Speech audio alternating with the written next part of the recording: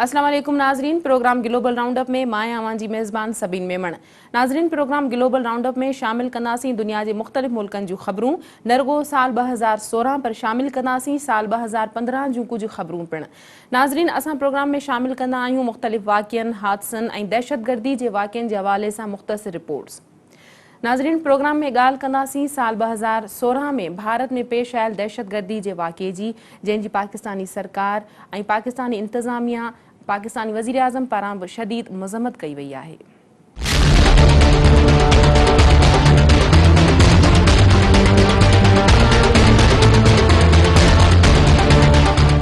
भारत में फ़िज़ाइया जे अॾे ते दहशतगर्दनि पारां हमलो कयो वियो आहे। भारत जे इलाइक़े पठानकोट में छंछरु ॾींहुं सुबुह सवेर हथियारनि सां लैस माण्हुनि फ़िज़ाइया ते हमलो करे ॾिनो, जंहिंखां पोइ भारतीय सिक्योरिटी फोर्सिस ऐं दहशतगर्दनि विच में फायरिंग जी ॾे-वठ में सभई दहशतगर्द मारिजी विया। शुरूआती मिलियल इतलाउनि मूजिबि भारत जी फ़िज़ाइया ते हमलो कंदड़नि खे सिक्योरिटी अहलकारनि जूं वर्दियूं पहिरियल हुयूं। फायरिंग जी ॾे-वठ में भारतीय फोर्सिस जा अधिकार पिणु मारिजी विया, जॾहिं त पठानकोट जो इलाइक़ो पाकिस्तानी सरहद जे वेझो आहे। ॿुधायो वञे थो त पठानकोट में वाक़िए फ़िज़ाइया जो अॾो भारतीय कश्मीर ॾांहुं वेंदड़ मरकज़ी शाहराह जे वेझो आहे। भारतीय इंतज़ामिया जो चवणु आहे त हू हमलो कंदड़नि जी सुञाणप करण जी मुकमल तस्दीक़ अञा न करे सघिया आहिनि, पर कुझु सिक्योरिटी फोर्सिस जो इहो बि चवणु आहे त इन्हनि हमलो कंदड़नि जो तालुक़ जैश मोहम्मद नाले शिदत पसंद तंज़ीम सां आहे, जेकी भारत जे असर हेठि रहंदड़ कश्मीरी इलाइक़े जी आज़ादी लाइ सरगर्म आहिनि। भारत जे घरू वज़ीर राजनाथ सिंह इंतहाई मुहतात अंदाज़ में रद्द अमल ज़ाहिर कंदे चयो त पाकिस्तान असांजो पाड़ेसरी मुल्क आहे ऐं असीं अमुन चाहियूं था, न रुॻो पाकिस्तान सां पर पंहिंजनि सभिनी पाड़ेसरी मुल्कनि सां। पर उन बावजूदि जेकॾहिं दहशतगर्द भारतीय सरज़मीन ते हमलो कनि था त असां उन जो भरपूर जवाबु ॾींदासीं।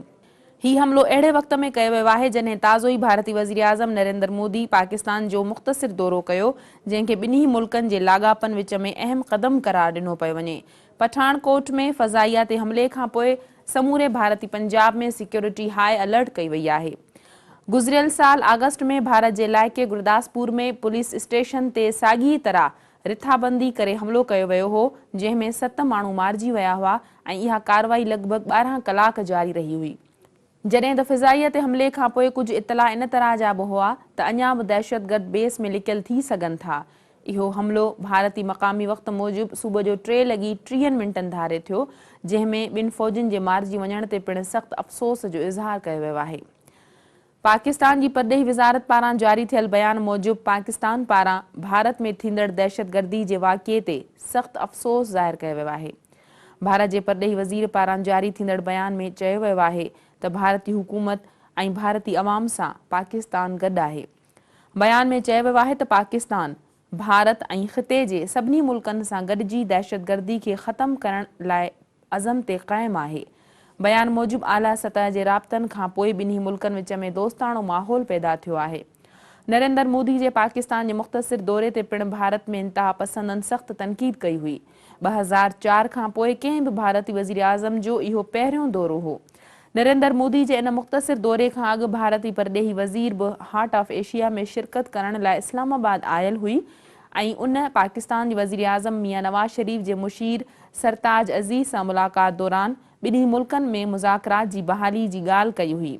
वाज़े रहे त पाकिस्तान ऐं भारत विच में मुज़ाकरात जे सिलसिले खे अॻिते वधाइण लाइ ॿिन्ही मुल्कनि जी सेक्रेटरी सतह जूं ॻाल्हियूं जनवरी में शुरू थियण जो इम्कान पिणु आहे।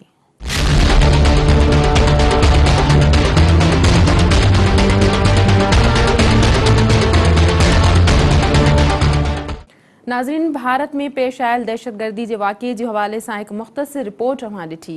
जीअं त साल 2015 ख़तमु थी वियो ऐं असां हाणे दाख़िल थी चुका आहियूं साल 2016 में।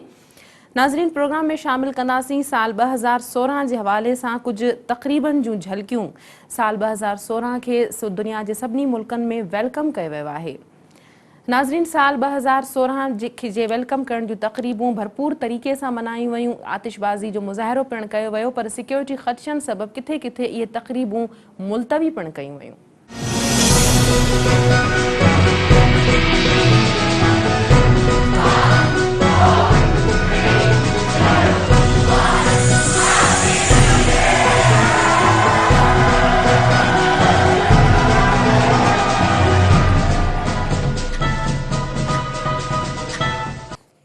समूरी दुनिया में साल 2016 के वेलकम कयो वियो ऐं हर हंधि इन हवाले सां मुख़्तसिर तक़रीबूं कयूं वयूं ऐं आतिशबाज़ी पिणु कई वई। रूस में मॉस्को जी जग मशहूर रेड स्क्वायर के बंदि कयो वियो हो, जॾहिं त रिवायती तौर ते हर साल नए साल जी ख़ुशीअ में घंटियूं वॼायूं वेंदियूं आहिनि। जिते समूरी दुनिया में 2016 जे शुरू थियण ते जशन मल्हायो वियो, पर उते ई दहशतगर्दी जे इम्कानी ख़तरनि खे नज़र में रखंदे हिफ़ाज़ती उपाउ पिणु सख़्तु कया विया हुआ ऐं कुझु जायुनि ते नए साल जी जशन जी तक़रीबनि खे मुलतवी बि कयो वियो। अमेरिका जे शहर न्यूयॉर्क टाइम्स ते 10 लखनि खां वधीक माण्हू गॾु थिया, जिन 2016 खे ख़ुश आमदीद चयो ऐं 12 थींदे ई समूरो इलाइक़ो रंगनि ऐं रोशनियुनि सां टिमटिमाइजी वियो। जर्मनी जे शहर म्यूनिख में पुलिस दहशतगर्दी जे ख़तरे सबबि 2 रेलवे स्टेशन्स खे बंदि करे छॾियो ऐं माण्हुनि खे इहा हिदायत कई त हू रश वारी जाइ ते बि न वञनि ऐं माण्हू हिकु हंधि गॾु बि न थियनि। रूस में रेड स्क्वायर खे बंदि कयो वियो, पर सरकारी तौर ते इन जो सबबु न ॿुधायो वियो। बज़ाहिर इहो अक्टूबर में मिस्र में रूसी जहाज़ जे किराए मारिजण जे हवाले सां मिस्र में रूसी जहाज़ जे किराए मारण जे हवाले सां हिफ़ाज़ती क़दम सम्झो पियो वञे। रूस बि शाम में शिदत पसंदनि ख़िलाफ़ कार्रवायूं शुरू कयूं आहिनि। इंडोनेशिया जे शहर जकार्ता में बि सिक्योरिटी जे ख़दशनि सबबि सख़्तु हिफ़ाज़ती उपाउ नज़र आया। यूरोपी मुल्क बेल्जियम जे गादी वारे हंधि ब्रसेल्स में नए साल जी तक़रीबनि खे मुकमल मुलतवी कयो वियो। शहर जे मेयर जो चवणु हो त आतिशबाज़ी ॾिसण लाइ ईंदड़ हज़ारे माण्हुनि जी झड़ती जी तलाशी वठणु तक़रीबन नामुमकिन ॻाल्हि आहे। ब्रसेल्स जी पुलिस मूजिबि उन नवंबर में पेरिस में थींदड़ दहशतगर्दी जे हमलनि में मुलविस 10 माण्हूअ खे बि गिरफ़्तार कयो आहे, जॾहिं त 6 माण्हुनि खे नए साल जे मौक़े ते दहशतगर्दी जो मंसूबो जोड़ण जे शक में गिरफ़्तार कयो वियो हो। पेरिस में रिवायती तौर ते आतिशबाज़ी करे नए साल जी आजियां त न कई वई, पर महराब फतह ते माण्हू गॾु थिया ऐं नए साल खे वेलकम कयो। बर्तानिया ऐं लंडन में बि शानदार आतिशबाज़ी करे नए साल जी भरपूर आजियां कई वई।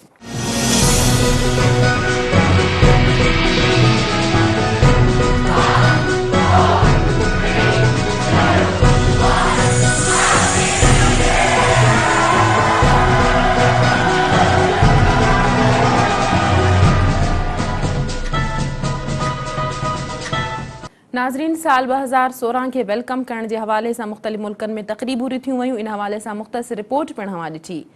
हाणे प्रोग्राम में ज़िक्र कंदासीं कुझु दहशतगर्दी जे हवाले सां ठहंदड़ नवनि कानूननि जे हवाले सां। नाज़रीन, दहशतगर्दी अहिड़ो मसइलो आहे जंहिं ते ओलह जा सभई मुल्क पिणु ॻणतीअ में वरितल आहिनि। चीन में पिणु दहशतगर्दी खे मुंहुं ॾियण लाइ नओं कानून मुतारिफ़ करायो वियो आहे, जंहिं जी सख़्तु तनक़ीद कई पई वञे।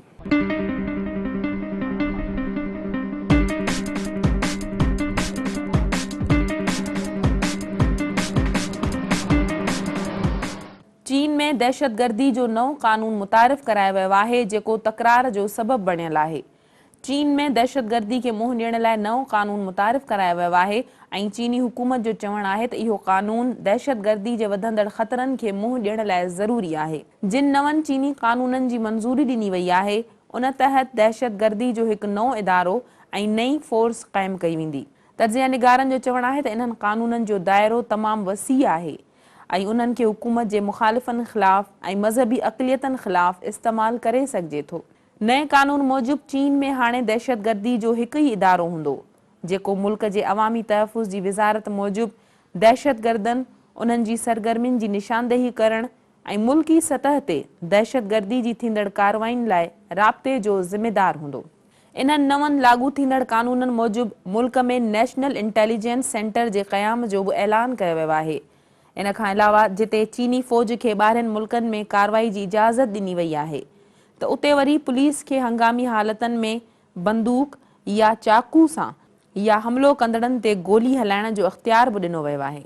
चीनी हुकूमत मुल्क जी टेलीकॉम कंपनियुनि ऐं इंटरनेट जी सहूलियत फ़राहम कंदड़ इदारनि खे बि इन ॻाल्हि जो पाबंद बणायो आहे त उहे इंतिहा पसंदी ख़िलाफ़ मालूमात जे फैलाव खे रोकण लाइ टेक्निकी मदद फ़राहम कंदा। नए कानून मूजिबि दहशतगर्दी जी कार्रवाइयुनि या उन्हनि जे बारे में इंतिज़ामिया जे रद्द अमल जे ऑनलाइन या ऑफलाइन रिपोर्टिंग जी इजाज़त रुॻो उन्हनि इदारनि खे हूंदी जेके हुकूमत जा मंज़ूर कयल हूंदा। इंसानी हक़नि लाइ कमु कंदड़ तंज़ीमनि पारां इन्हनि कानूननि जी तयारी वक़्ति उन्हनि ते तहफ़ुज़ात ज़ाहिर कया विया हुआ। चीन में तंज़ीमनि जो चवणु आहे त इन्हनि क़ानूननि खे हुकूमत ते तनक़ीद कंदड़नि या मज़हबी अक़लियतनि ख़िलाफ़ इस्तेमाल खां रोकण लाइ को बि सेफ गार्ड मौजूदु न आहे ऐं इहे क़ानून इदारनि खे वधीक इख़्तियार ॾियण बराबरि हूंदा ऐं थी सघे थो त दहशतगर्दनि या दहशतगर्दी ख़िलाफ़ कार्रवाइनि जे नाले ते इन क़ानून खे चीन में थींदड़ हर तरह जे मुज़ाहिरनि में बि इस्तेमालु कयो वञे।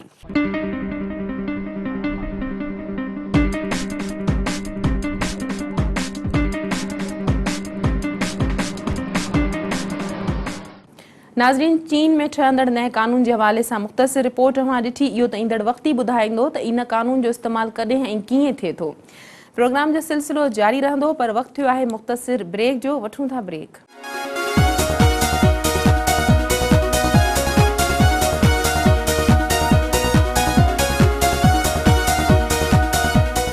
वेलकम बैक नाज़रीन, हाणे ॻाल्हि कंदासीं कुझु सहाफ़त जे पेशे जे हवाले सां। सहाफ़त यकीनन हिकु ख़तरनाक पेशो आहे।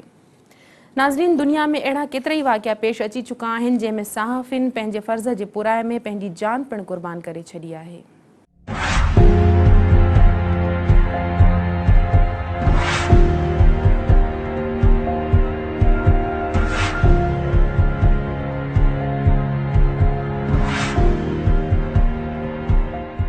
सहाफ़िन खे केतिरियूं बि ॾुखियायूं अचनि, पर फील्ड में रहंदे केतिरनि ई सहाफ़िन फ़र्ज़ जी पुराई में पंहिंजी जान बि क़ुर्बान करे छॾी आहे। इराक़ ऐं शाम खां पोइ इंडिया सहाफ़िन जे लाइ इंतहाई ख़तरनाक तरीन मुल्क सम्झो पियो वञे। दुनिया में सहाफ़िन जी आलमी तंज़ीम reporters without of borders RSP पारां जारी कयल रिपोर्ट मूजिबि गुज़िरियल साल समूरी दुनिया में 110 सहाफ़ी मारिजी विया। RSP जी सालियानी रिपोर्ट मूजिबि उन्हनि मां 67 सहाफ़िन खे उन्हनि जे कम जी बुनियाद ते मारियो वियो। RSP सहाफ़िन जे क़त्लनि ऐं उन्हनि ते वधंदड़ तशदुद खे ॾिसंदे हंगामी बुनियादनि ते उन्हनि जे तहफ़ुज़ जी घुर कई आहे। तंज़ीम जो इहो बि चवणु आहे त सहाफ़िन खे उन्हनि जे कम खे जवाज़ ॾियण लाइ क़त्ल करणु इन ॻाल्हि जी निशानदेही करे थो त सहाफ़िन लाइ खयल हिफ़ाज़ती क़दम अणपूरा आहिनि। 2005 खां हेल ताईं 787 सहाफ़िन खे संदनि कम जे करे मारियो वियो आहे। 110 मां 43 सहाफ़िन जे क़त्लनि बाबति इहा बि ख़बर न पइजी सघी आहे त खेनि संदनि कम जे करे मारियो वियो या संदनि क़त्ल थियण जी ॿी का वजह थी सघे थी।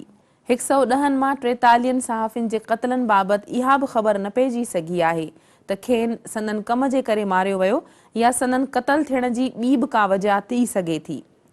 BBC जे सहाफ़ी एक्स एंड मार्क्स जो चवणु आहे त सहाफ़त हिकु ख़तरनाक शोबो आहे। संदसि चवणु हो त 110 मां 40% सहाफ़िन खे शिदत पसंद तंज़ीमनि दाइश ऐं अल-क़ाइदा पारां निशानो बणायो वियो आहे। शाम ऐं इराक़ सहाफ़िन लाइ ख़तरनाक तरीन मुल्क साबित थिया। उते जी हालतनि खे नज़र में रखंदे इहा का अचरज में विझण जहिड़ी सूरत हाल बि नथी लॻे।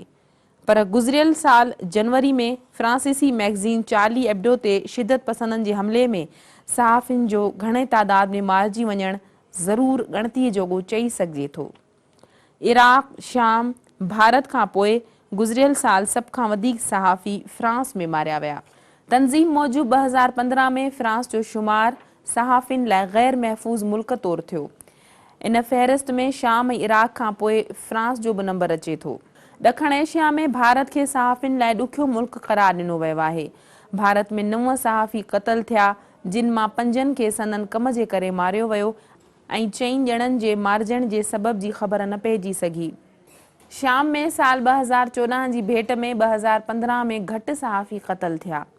इन जो हिकु सबबु इहो बि आहे त मीडिया जा इदारा न रुॻो शाम में पर इराक़ ऐं लिबिया में बि पंहिंजनि रिपोर्टरनि खे महफ़ूज़ नथा सम्झनि ऐं हू ओॾां पंहिंजा नुमाइंदा नथा मोकिलिनि। तंज़ीम जो चवणु आहे त सहाफ़िन जे तहफ़ुज़ लाइ मौजूदा बैन अल-अक़वामी क़ानूननि खे लागू करण लाइ मैकेनिज़म ठाहिणु इंतिहाई लाज़मी थी वियो आहे। तंज़ीम पारां मुतालबो कयो वियो आहे त सहाफ़िन जे तहफ़ुज़ लाइ गॾियल क़ौमनि जे सेक्रेटरी जनरल जो ख़ासि नुमाइंदो जल्द मुक़ररु कयो वञे। जॾहिं त साल में 110 रिपोर्ट थींदड़ सहाफ़िन जे मारिजण जा वाक़िया हंगामी तौरु क़दम खणण तरफ़ इशारो कनि था। वाज़े रहे त सहाफ़िन जे तहफ़ुज़ जे लाइ गुज़िरियल साल 6 अगस्त ते गॾियल क़ौमनि जी सालियानी रिपोर्ट में सेक्रेटरी जनरल बान की मून सहाफ़िन ते वधंदड़ तशदुद, संदनि क़त्लनि ऐं ॾोहारियुनि खे सज़ा न मिलण ते पिणु ॻणतीअ जो इज़हार कयो हो। तंज़ीम जो इहो बि चवणु आहे त साल 2014 में सहाफ़ियुनि जो मौत जंग सटियल मुल्कनि में थियो, पर साल 2015 में वधीक क़त्ल पुरअमन मुल्कनि में थिया।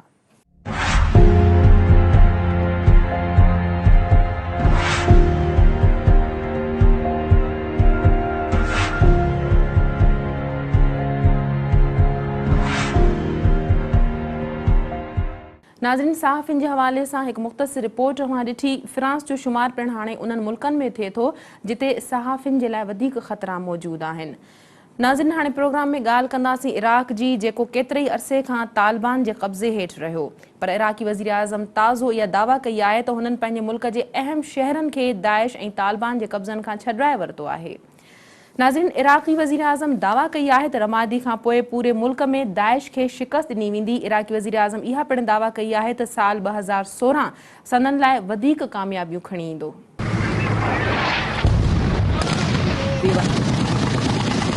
इराक़ी वज़ीर आज़म दावा कई आहे त रमादी खां पोइ पूरे मुल्क में दाइश खे शिकस्त ॾिनी वेंदी।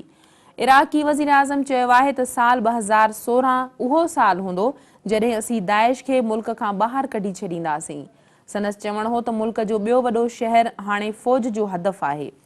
इराक़ी फोर्सिस रमादी ते ॿीहर कब्ज़ो करण खां पोइ उतां मुज़ाहिमत खे ख़तमु करण ते कमु करे रही आहे। गुज़िरियल साल मई में रमादी ते कब्ज़ो इराक़ी वज़ीर आज़म जी हुकूमत ऐं फ़ौज लाइ वॾो धचको हो। वज़ीर आज़म चयो त हू हाणे मौसुल जो कब्ज़ो छॾाईंदा, जेको दाइश जो आख़िरी नुक़सानु साबित थींदो। दाइश 2014 खां पोइ मौसुल ते कब्ज़ो कयल आहे, जिते उन शिदत पसंद ग्रुप ॾखण ऐं ओभर जे मुख़्तलिफ़ इलाइक़नि ऐं शाम जे ओलह जे इलाइक़नि ते पिणु कब्ज़ो कयो आहे। गुज़िरियल साल इराक़ी फ़ौज पारां रमादी जे हेडक्वार्टर में झंडो लहराए ख़ुशीअ जो इज़हार कयो वियो। फ़ौज पारां चयो वियो त इन अहम शहर खे दाइश जे कब्ज़े मां छॾाइण संदनि कामयाबी आहे। इराक़ जी इंतज़ामिया जो चवणु आहे त संदनि ॿियो क़दम रमादी शहर ऐं उन जे आसे पासे मौजूदु दाइश जी छॾियल बारूदी सुरंगनि ऐं धमाकेदार मादनि खे ख़तमु करणु आहे, जॾहिं त केतिरनि ई शहरनि इस्पताल में पनाह वरिती आहे। अमरीका पारां इराक़ी फोर्सिस जी रमादी में कामयाबियुनि खे ख़ुशाइन त क़रार ॾिनो वियो आहे, पर रमादी खे मुकमल दाइश खां आज़ादु क़रार नाहे ॾिनो वियो। व्हाइट हाउस जीअं अमरीका जे दिफ़ा वारे वज़ीर ऐश कार्टर बि रमादी में फोर्सिस जे अचण खे रुगो पेश क़दमी क़रार ॾिनो आहे। दाइश जे मई महीने में रमादी ते कब्ज़े खां पोइ इराक़ी फोर्सिस जो रमादी खे छॾाइणु हिकु मिशन हो। केतिरनि ई महीननि जी तयारियुनि खां पोइ अमरीका जी क़यादत में क़ाइमु फ़िज़ाई इतिहाद जी मदद सां शहर जे मरकज़ी हिसे ते हमला कया हुआ त जीअं शहर खे शिदत पसंदनि खां आज़ादु कराए सघिजे। अमरीकी फ़ौज जो चवणु आहे त हुननि घटि में घटि 29 फ़ज़ाई हमला कया आहिनि ऐं शहर में उन्हनि फ़ज़ाई हमलनि जे नतीजे में थींदड़ तबाहीअ खे ॾिसी सघिजे थो।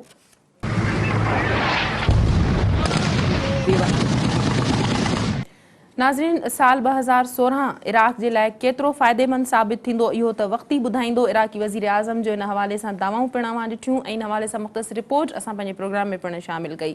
हाणे प्रोग्राम में ॻाल्हि कंदासीं कुझु शाम जी सूरत हाल। शाम में केतिरनि सालनि खां जंग वारी सूरत हाल आहे। शाम ते मुज़ाकरात जे हवाले सां अञा बि रुकावटूं थी सघनि थियूं। शाम में जारी जंग जे हल लाइ जनवरी में गॾियल क़ौमनि जी निगरानी हेठि थींदड़ मुज़ाकरात जूं तयारियूं जारी आहिनि।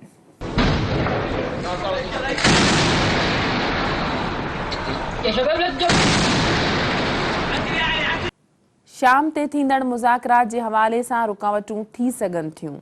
शाम में जारी जंग जे हल लाइ जनवरी में गॾियल क़ौमनि जी निगरानी हेठि थींदड़ मुज़ाकरात जूं तयारियूं जारी आहिनि, पर इन अहम मसइले खे वठी कुझु सवाल पिणु उथी रहिया आहिनि। सलामती काउंसिल जे इजलास जी सदारत कंदे अमरीका जे परॾेही वज़ीर जॉन केरी सदर बिशारुल असद जे मुस्तक़बिल जी हैसियत ते मुख़्तलिफ़ आलमी ताक़तनि जे विच में इख़्तिलाफ़नि खे तस्लीम कयो।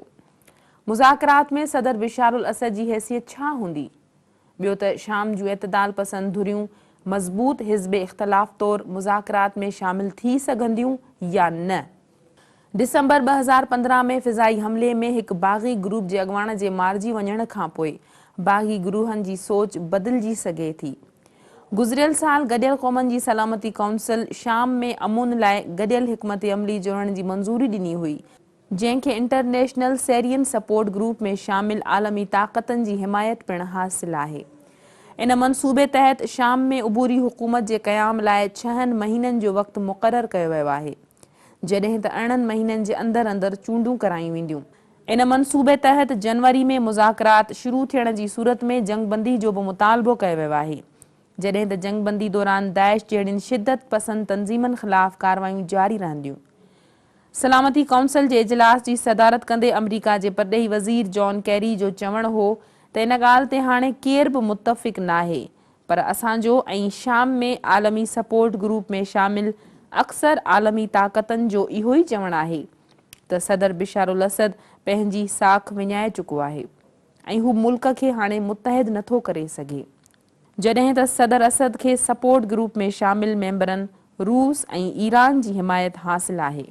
ॿिए पासे वरी हिज़्ब इख़्तिलाफ़ खे इहा ॻणती आहे त शामी हुकूमत या उन जे इत्तहादी रूस पारां ॼाणी वाणी मुज़ाकरात में शामिल गुरूहनि खे निशानो बणायो पियो वञे।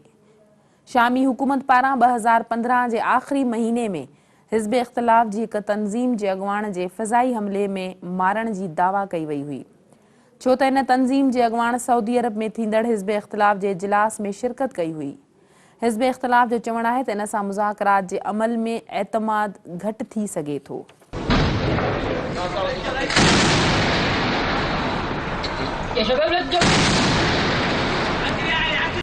नाज़रीन, शाम जे हवाले सां मुख़्तसिर रिपोर्ट मां ॾिठी, जिते आलमी मुल्क शाम जो सियासी हल ॻोल्हण जे हवाले सां पुरुमीद आहिनि, त उते पिणु हिकु इहो सवालिया निशान आहे त शामी सदर बिशारुल असद जो मुस्तक़बिल छा बीहंदो, छो त शामी सदर बिशारुल असद खे रूस ऐं ईरान जी हिमायत हासिल आहे। हाणे प्रोग्राम में ॻाल्हि कंदासीं ईरान जे हवाले सां। ईरान ते केतिरनि ई सालनि खां इक़्तिसादी पाबंदियूं लागू थियल हुयूं। ईरान मां यूरेनियम जी मुंतक़िली खां पोइ जोहरी मुआहिदे में ईरान तरफ़ां इहा अहम विख सम्झी पई वञे। अमरीका जो चवणु आहे त ईरान पारां आलमी ताक़तनि सां तइ थियल जोहरी मुआहिदे जी शर्तुनि मूजिबि ईरान पारां वॾे मिक़दार में यूरेनियम जे ज़ख़ीरे खे ॿाहिरि मुंतक़िल करणु हिकु अहम क़दम आहे।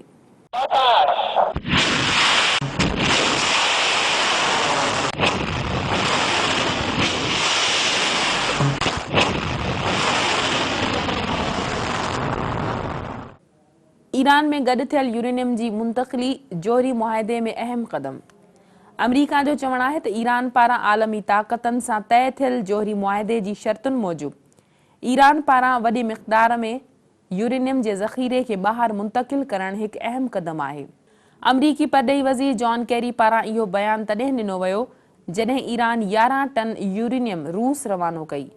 ईरान सां जोहरी मुआहिदे ते आलमी अॻुवाणनि ख़ुशी ॾेखारी त उते वरी इसराइल इन ते नाराज़गीअ जो इज़हार कयो।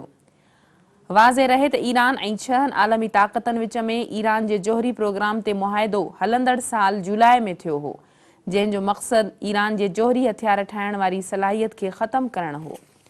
ईरान ऐं आलमी ताक़तनि पारां तइ थींदड़ इन मुआहिदे तहत ईरान पंहिंजे ज़ख़ीरो कयल यूरेनियम खे घटि कंदो ऐं यूरेनियम खे वधाइण लाइ इस्तेमालु थींदड़ सेंट्रीफ्यूजिस जी तादाद खे बि घटि कयो वेंदो।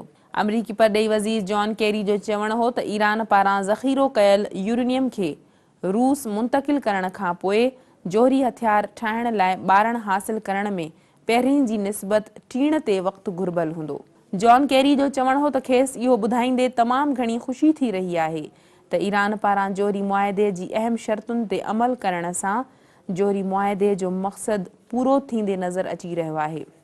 गुज़िरियल साल जुलाई में जोहरी मुआहिदे तहत धुरिन में इन ॻाल्हि ते इतफ़ाक़ थियो हो त जोहरी तवानाई जो मॉनिटर कंदड़ इदारो इन ॻाल्हि जो जाइज़ो वठंदो त ईरान मुआहिदे ते अमल करे रहियो आहे या न। इंटरनेशनल एटॉमिक एनर्जी एजेंसी पारां पंहिंजनि मेंबर मुल्कनि खां दरख़्वास्त कई वई हुई त खेसि ईरान ऐं 6 आलमी ताक़तनि विच में तइ थींदड़ मुआहिदे जी मॉनिटरिंग लाइ वधीक रक़म घुर्बल आहे ऐं इदारे खे सालियानो $1 करोड़ 60 लख घुर्बल हूंदा। मुआहिदे में ईरान आलमी इदारे जे माहिरनि खे कंहिं बि अहिड़ी जाइ ते वञण लाइ रस्तो फ़राहम कंदो या गाइड कंदो जंहिं लाइ इदारे खे थोरो बि शक हूंदो। जोहरी मुआहिदे ते अमल खां पोइ अमरीका समेत ॿिया ओलह जा मुल्क ईरान ते लागू कयल इक़्तिसादी पाबंदियूं हटाए छॾींदा।